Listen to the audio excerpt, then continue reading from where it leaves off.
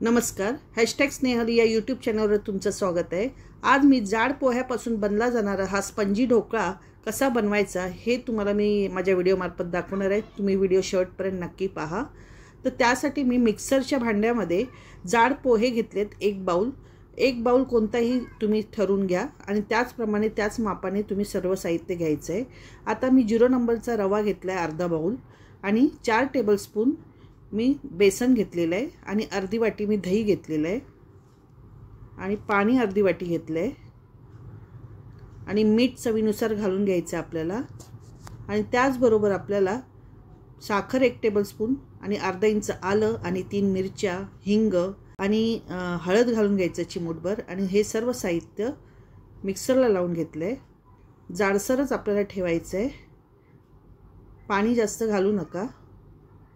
याप्रमाणे आपण त्याला व्यवस्थित मिक्स करून घेतलेलं आहे आणि आता आपण 10-15 मिनिटांसाठी साइडला ठेवूया। आणि आता एका कढईमध्ये मी 2 ग्लास पाणी घातलेलं आहे आणि रिंग ठेवून आपण प्री हीटला ठेवणार आहोत गॅसवर। आणि त्यावर एक प्लेट ठेवून मी त्याच्यावर ऑइल लावून घेणार आहे। ऑइल पसरून घ्या आणि आता हे आपण कढई गॅसवर गरम करत ठेवूया। तोपर्यंत आपण ढोकळा पाहूया। ढोकळाचं पीठ आपण ढोकळ्याचं पीठ 10 मिनिटं ठेवून दिलं होतं। त्याच्यामध्ये 3 टेबलस्पून आता ऑइल घालून घेऊया आणि 1 चमचा इनो घालून घेऊया आणि इनो ॲक्टिवेट करण्यासाठी आपण थोडं पाणी घातलं आहे आणि हे सगळं व्यवस्थित मिक्स करूया। मला हे बॅटर थोडंसं जाडसर वाटतंय म्हणून मी अजून पाव वाटी पाणी घालून घेते आहे। याप्रमाणे घालून आपण सगळं साहित्य मिक्स करून घ्यायचं व्यवस्थित। लगेचच आपल्याला प्लेटमध्ये टाकून घ्यायचं आहे। प्री हीट झालेली प्लेट आहे बघा, याप्रमाणे गरम करत ठेवलं होतं आपण साईडला आणि त्यामध्ये आपण आता ढोकळ्याचं बॅटर टाकून घेत आहोत। थोडंसं टॅप करून घेऊया आणि आता त्याच्यावर थोडंसं मसाला भुरभुरून घेऊया, त्याने टेस्ट खूप छान लागते। आणि 15 मिनिटांसाठी आपण मीडियम गॅसवर ठेवून द्यायचं आहे आणि 15 मिनिटांनी आपण चेक करूया टूथपिकच्या सहाय्याने। 15 मिनिटं झालेली आहे, आपला ढोकळा तयार झालेला आहे। आपण चेक करून बघतोय, याप्रमाणे क्लीन आलेली आहे टूथपिक।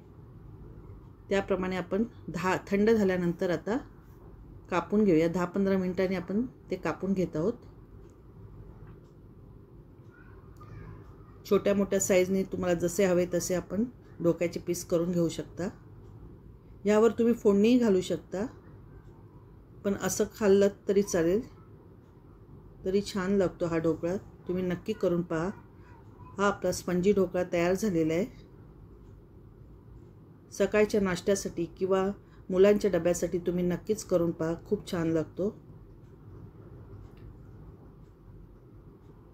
याप्रमाणे आपला ढोकळा तयार झालेला आहे। तुम्हाला जर ही माझी रेसिपी आवडली असेल तर प्लीज मला लाईक, शेअर, सबस्क्राईब करा आणि बेल आयकॉनची बटन दाबायला विसरू नका। नमस्कार।